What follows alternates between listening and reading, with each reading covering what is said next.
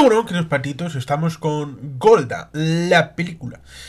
Protagonizada por Helen Mirren en el papel de Golda Meir, en israelí.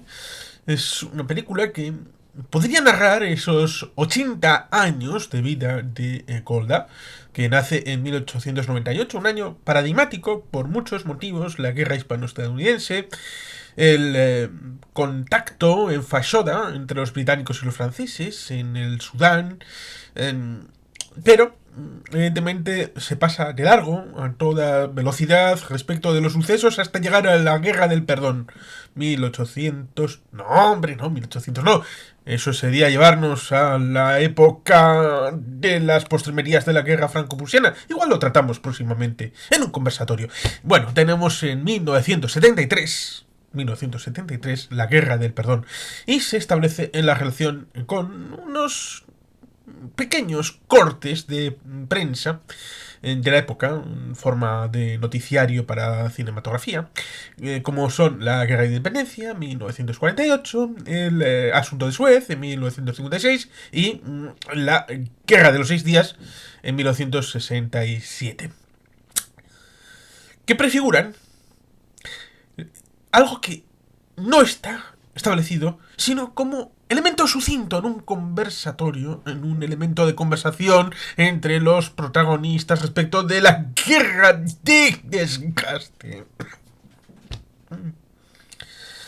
La guerra de desgaste, de entre la guerra del perdón hacia atrás y hasta la de los 6 días, y de los 6 días a la guerra del perdón, donde estuvieron involucrados los soviéticos, los cubanos y otra gente del bloque oriental, que también estuvo involucrado en la guerra del perdón, sobre todo, por ejemplo, cubanos en la zona del Golán, en la zona siria, tanques cubanos.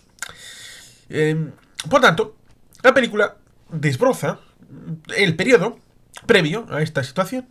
Nos pone en la tesitura, luego explicada, de primero nos habla de la prepotencia, la chulería de Israel, que prácticamente es invencible. Eso nos lo dice antes de cortar el ámbito cinematográfico de noticias, antes de empezar con Golda Meir y su momento, porque también hay variantes, como digo. La variante personal de cómo se sitúa una persona mayor, enferma, tenía 75 años y era primera ministra. El asunto político, las relaciones con los árabes siempre tensas, siempre dificultosas, con la voluntad de echarles a los judíos al mar. Y el ámbito militar. La guerra del perdón podía haber hecho igual que la de los 6 días, sabiendo que van a atacar, un ataque preventivo, pero los Estados Unidos obligaron, a través de Henry Kissinger, obligaron a no hacer el ataque preventivo. Que ataquen ellos primero, que ataquen los árabes primero, y lo cual resulta curioso porque el sistema de escuchas fue desconectado del día 4 al día 6 por una misteriosa razón que la señora Meir quiso guardar bajo secreto de confesión y cargar ella con las culpas, para luego la comisión en 1974, comisión en la Knesset parlamentaria, que investigó, como es lógico en toda democracia, e Israel es una democracia en el mundo mediterráneo, occidental. Por tanto, no solamente a el señor Moshe Dayan, sino también a Golda Meir como ministros de defensa y primera ministra del Estado de Israel. Estuvo ahí, dificultoso. En lo cinematográfico es una visión bastante plasmática respecto de lo que es la época. Se introduce uno bien en lo arquitectónico, en el medio ambiente. Los lugares revocan el periodo de los años 70. El ambiente huele a años 70. Hay conexiones. Hay un momento en el que Helen Mirren, como Golda Meir, va vestida con una gabardina y con un pañuelo que puede configurar aquella Elizabeth II en el tema de Lady D, con aquella película que hizo el papel. También Liv Schreiber, que hace el papel de Henry Kissinger, puede uno conectarlo con Pánico Nuclear, donde aparece Liv Schreiber Y aparece mencionado al inicio de la película el hecho de que Israel pudo tener algún arma nuclear por ahí danzando, cosa que Moshe Dayan en esta película pierde los estribos.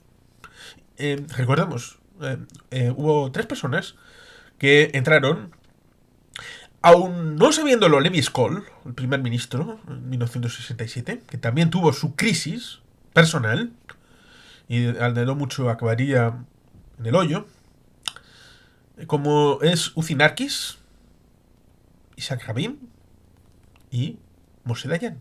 Los 3 de la ciudad vieja de Jerusalén, entrando en la foto épica de la guerra de los 6 días. Aquí, lo mismo que le pasó a Levi Skoll, primer ministro en 1967, Moshe Dayan sufre una crisis muy dura cuando visita el primer día el Golán, en una situación tensa, complicada, en ámbito bélico. Como digo, se pueden conectar películas, series y también otras relativos a la operación en Entebbe, años 70 también. Después de esto. Y también el previo.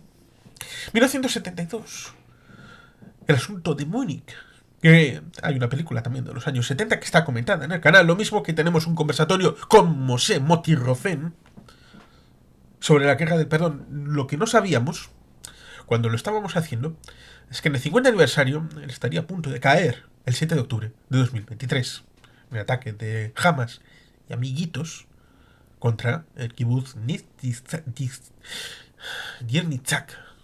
de al lado de la frontera con Gaza. Por tanto, es una fecha relevante. 7 de octubre de 1973, el inicio de la guerra de perdón, guerra de Yom Kippur, o la guerra de octubre, que dirán los egipcios, que dirán los árabes. Por tanto, es una situación que conviene entender en su justa medida, porque fue una grave situación en donde los árabes tenían la idea de poder generar el panarabismo a través del socialismo, pero integrando al Estado de Israel en la forma de liberación para convertirse en Estado árabe, cuando, hemos de recordar, como pequeño detalle para la historia, después de la Comisión Peel y otras, la época de los años 30, el papel blanco, bueno, el libro blanco, el papeluco blanco que hicieron los británicos para menudo papelón, menudo papelón. Desde el Imperio Otomano, a partir del 17, con la toma de Jerusalén por parte de los británicos, luego la rendición de los otomanos, la entrada del Imperio Británico, el Acuerdo 6-Picot, el estar como protectorado, la división, en principio acordada entre Weizmann, luego sería el primer presidente de Israel, y el señor Faisal, de monarquía hashemita, del ámbito de Transjordania, la división del mandato de Palestina en 2 partes, una al este y al oeste del río Jordán, y durante todo ese periodo los palestinos eran tanto árabes como judíos, un territorio que no había tenido ese nombre desde los filistín de la época de después de la revuelta de Bar Kokhba. Por tanto, ahí teníamos una situación complicada, donde hubo programas incluso en tierra del futuro Estado de Israel, y la división a través de la ONU de 1947, que no fue reconocida por los árabes, y los judíos dijeron, bueno, vale, de acuerdo, aceptamos. Pero después de la independencia, el día 14 de mayo de 1948, cuando termina el mandato británico, después de haber fracasado miserablemente en India, Pakistán y en la partición del Raj británico, la ONU se hizo cargo del asunto y propuso esta solución, que fue eliminada de cuajo cuando los egipcios tomaron parte del territorio que iban a ser para los árabes, como es Gaza, y los jordanos tomaron para sí mismo, no era territorio disputado, era territorio conquistado por los egipcios en Gaza y por los jordanos en Judea y Samaria. Y por tanto ahí tenemos durante 20 años prácticamente una ocupación militar de suelo que iba a ser la parte para la construcción del Estado árabe. Y siempre ha habido una máxima, y en parte se ve en la película, El asunto de que Israel toma territorios, pero no los va a devolver si antes no hay un reconocimiento explícito del Estado de Israel. ¿Queréis la paz? Puede haber paz. Pero primero, reconocimiento del Estado de Israel. Y después, hablamos. ¿Qué es lo que tanto en una de las películas de Operación Entebbe, donde estaba Daniel Brühl entre los miembros de la Rota Armée Fraction que estaban ayudando a los terroristas, en el ámbito de operación en Uganda, bueno, cuando desviaron allí el avión y el mundo israelí hizo aquella operación tan grande en la que solamente murió Jonathan Netanyahu, el hermano del actual primer ministro, Benjamin Netanyahu. Por tanto, ahí esa idea de que en algún momento hay que hacer la paz. Moshe Dayan siempre dijo que había que hacer la paz con el enemigo, porque con los amigos siempre uno se lleva bien. Y por tanto, es una película que trata de establecer esa imagen de la dificultad, más o menos soledad, de los judíos en Tierra Santa. Baste con una cosa que no viene en la película, ya que hemos mencionado el asunto de los Juegos Olímpicos de Múnich en 1972, donde entre los años 50 y 60 Israel competía en la Confederación Asiática de Fútbol. Tuvo un papel estelar, junto con Corea del Sur. Tuvieron grandes éxitos a la hora de quedar primero, segundo, tercero. Pero ya después de la guerra de los 6 días y sobre todo de la guerra del perdón, fue imposible, absolutamente imposible seguir permaneciendo, y ahí se trasladó a Europa, la UEFA. Que empezó a competir en competiciones europeas a través de la Eurocopa y a través del ámbito de Europa para los mundiales. Es sintomático el hecho de que la supervivencia debe de estar basada en las personas. Las personas son importantes, y en la película vemos a la secretaria que tiene al marido en el Sinaí, en uno de los carros de combate. Al final fallecerá. También tenemos la situación personal de Golda con esa enfermedad. Fuma, pero tiene esa vocación, y a veces la situación personal lleva a situaciones tensas, muy tensas, en las que pones al límite del cuerpo, sobre todo de una señora mayor. Una señora mayor que es interesante recordar que había nacido, ella lo comenta, había nacido en la actual Ucrania, lo cual en parte la emparentaría con Volodymyr Zelensky, el actual presidente de Ucrania, que también es judío. Por tanto, ahí tenemos un pasado, el zarismo. Recordemos que luego la Ucrania hará el libro aquel, el libelo, el asqueroso libelo de los protocolos de los sabios de Sion. En 1898 será el año en el que Theodor Herzl pronosticará que en 50 años habrá un Estado judío sobre la tierra. ¿Cumplió? Se cumplió. La profecía fue hecha realidad. Pero, ciertamente, la vida de Golda era difícil.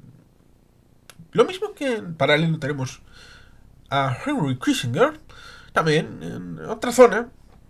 Se supone que la reunión donde el ámbito de los protocolos de los sabios de Sion es en Praga, y en Checoslovaquia nacerá Henry Kissinger, y ambos acabarán en Estados Unidos.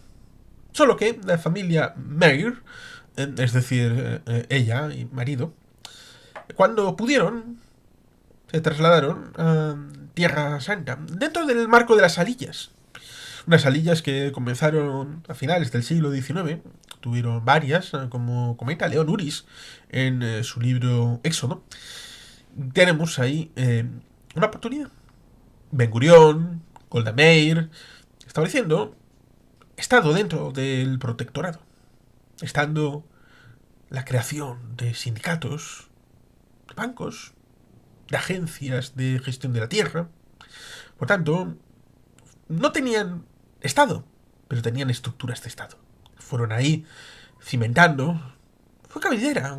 Golda fue cabildera de Israel antes de que existiera Israel, consiguiendo dinero, que luego fue importante a la hora de establecer la sociedad israelí a partir de la independencia en 1948 y después de la guerra de la independencia de 1948-49. Se comenta que tuvo que comprar Israel en aquel momento armas a Stalin. Bueno, a Stalin directamente, no, a través de Checoslovaquia. Pero Checoslovaquia había tenido un golpe de estado en febrero del año 1948, por lo tanto era un régimen que estaba completamente alineado con Moscú y con el Kremlin. Eso no hay ninguna duda de ello. Y por lo tanto, como en 1954, con Arbenz en Guatemala, donde compró armas a Checoslovaquia, y la United Fruit Company promocionó un golpe de estado que fue importante porque en ese momento estaba un un argentino llamado Ernesto Guevara de la Serna, futuro Che, que convenció definitivamente que ese sería el momento para la revolución. Y luego acabaría encontrando a un tal Fidel Castro Ruz en México, y eso le llevará a ambos a través de Granma, la abuelita, el yate, llevaba el nombre de abuelita, Granma en apóstrofe, es decir, en corto en inglés, le llevaría a establecer uno de los dolores de cabeza, no solamente para Estados Unidos, sino también para el mundo del hemisferio occidental, porque Estados Unidos no fue, sino Cuba, el mayor injerencista en el hemisferio occidental en la segunda mitad del siglo XX. Golda tuvo una vida larga. Fue ministra, acabó siendo primera ministra. Como digo antes, tuvo mucha implicación en la construcción del sionismo y del Estado de Israel, pero siempre fue esa abuelita, sobre todo en esa edad avanzada, que aunque tuviera responsabilidades de Estado muy importantes, era capaz de llevar a toda la gente a su casita, en sus habitaciones, ahí con comidita, siempre preparando una tartita, o un poquito de borsch, o cualquiera de estas cosas, que, bueno, pues como si fuera tu abuela, que te fuera a coger los mofletes sin decir, ¡ay, chiquillo! Cada vez ya estás más lozano. Casi lo hace con Henry Kissinger, casi. Está poniéndole un bol con comida. Dice que ha estado cenando 2 veces con los rusos. Y siempre con ese doble sentido de las palabras. Solo peor de lo peor, esto, siempre recordando un poquito de, oye, que nosotros todavía tenemos a gente superviviente nosotros, por tanto, recuerda, remember, the 5th of November, y por tanto ahí hay que meter la memoria histórica, porque evidentemente es fuerza para negociar, y fue importante, ciertamente, el préstamo, entre comillas, préstamo, de esos aviones en mitad de la Guerra del Perdón. Pero, más importante, es el valor de todos los soldados en tierra y en el aire para combatir en una situación adversa a la que le habían metido los Estados Unidos para no atacar primero y que respondieran única y exclusivamente. Pero claro, en medio perdieron aviones, perdieron tanques, perdieron personas, y por tanto eso es muy doloroso. Muy, muy doloroso. Para un país que demográficamente era pequeño. Sigue siéndolo, pero entonces más. Y cada persona, en la historia de Israel, cada persona cuenta. Es muy valorosa. Valorada e imperdible. Por eso, la empatía es imprescindible a la hora de ver la película. Tenemos los dos escenarios. Parece que no hay eventos en Jordania, en la frontera jordana. Tenemos 2 eventos, uno en la frontera siria y otro en Egipto. Egipto había sido derrotado de manera ostensible en la guerra de los 6 días. La guerra de desgaste, no declarada como tal, había sido, bueno, un empate, por decirlo de alguna manera. Si no se ha declarado la guerra, no se puede declarar victorioso a nadie. Por tanto, necesitaban, antes de hacer la paz, necesitaban una cura para su ánima. Y ese fue uno de los momentos, y la película se ve, en donde se impidió por parte de los Estados Unidos llegar hasta el último término, la victoria sobre los árabes, como es la muerte por inanición del tercer ejército egipcio, esos 30.000 soldados, para forzar la paz de alguna manera. Fue piedra de toque que tal vez ideó Henry Kissinger respecto de la visita luego de Anwar al-Sadat a la Knesset en esa misma década, antes de los acuerdos de Camp David con Menachem Begin, terrorista Menachem Begin, del Irgun,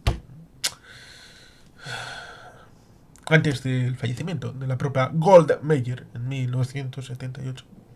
Posiblemente. Pero como se dice en la película, si Israel, porque la supervivencia es lo más importante de todo, si Israel debe combatir solo, Israel siempre combatirá solo. Por tanto, la película nos expone parte del fresco, parte del ámbito en donde la cosa fue bien, que es la parte en donde hubo ese intercambio, a partir del 78 hasta el 82. Sí, mi año, el año de mi nacimiento. Durante esos 4 años empezaron a loncha ir devolviendo el Sinai. Y cuando llegaron a Gaza, los egipcios dijeron: Gaza, no, por Dios, nosotros no queremos Gaza. No, eso no es nuestro. A pesar de que hasta el año 67 era parte intrínseca del Estado egipcio. Cosas que pasan. Ya se hartaron, estaban muy hartos de Gaza. Y después, pues, hubo esa paz. Esa paz que ha tenido larga duración. Luego, a partir del 94, Tratado de Oslo, en el año 94, Autoridad Nacional Palestina, hubo ese segundo acuerdo, después de Camp David, entre Egipto y Israel, tras el reconocimiento, implícito ya en las negociaciones entre los dos portavoces en el kilómetro 105 de la carretera en la zona de Suez, creo que es el 105. Por tanto, ahí está la base de esa situación donde se pudo hacer la paz entre Egipto e Israel. Y luego, entre Egipto y Jordania con Israel. Es decir, había 3 ya. Luego llegaron los acuerdos de Abraham, cosa que es importante mencionarlo para la posteridad, pero no tiene relación con la película. Y por supuesto, la situación complicada, la situación difícil, estaba en el norte, en el ámbito del Golán.